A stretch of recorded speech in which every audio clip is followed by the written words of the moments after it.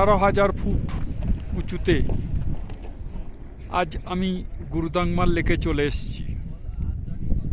অপূর্ব সৌন্দর্য, একেবারে নীল টলটলে জল, আর চারিদিকে শ্বেত শুভ্র পাহাড়। পাহাড়গুলো সব বরফের মুকুট মাথায় দিয়ে বসে আছে। অপূর্ব সৌন্দর্য। বন্ধুরা, তোমরা চলে এসো এই রকম